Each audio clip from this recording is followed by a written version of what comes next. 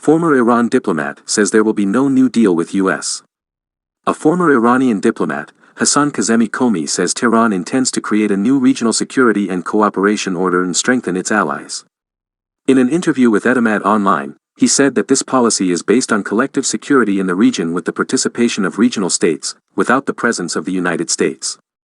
Explaining his take on the upcoming Iranian government's foreign policy, Kazemi said the new policy is based on friendship in the region as well as strengthening the resistance front, the Islamic Republic's jargon for an alliance of anti-American forces. Kazemi, who was ambassador to Iraq from 2005 to 2010, clearly ruled out signing a new agreement with the United States beyond the JCPOA. He also ruled out the idea of accepting the financial reforms mandated by the Intergovernmental Financial Action Task Force, FATF, against money laundering and funding terrorism. Pressed by the reporter on how he proposed to lift U.S. sanctions and rescue the Iranian economy, Kazemi repeated what they have always said about self-reliance and barter trade.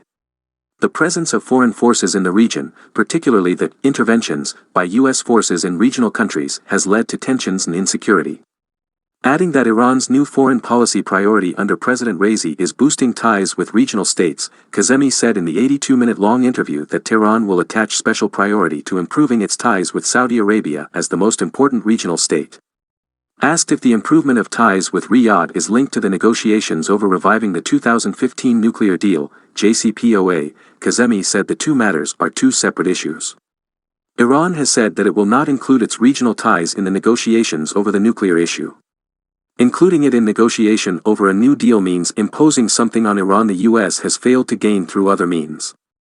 Naturally, the Islamic Republic should not accept that. Meanwhile, Kazemi stressed that the challenge in the region is not the result of tension between Iran and Saudi Arabia. They are the outcome of the presence of occupiers led by the U.S. Meanwhile, there will be no peace in the region as long as Israel is there.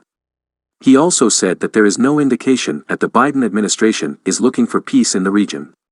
Boasting about the power of the Islamic Republic, Kazemi said the U.S. and its allies never needed a pretext to impose a war on Iran, but what deterred them was Iran's power.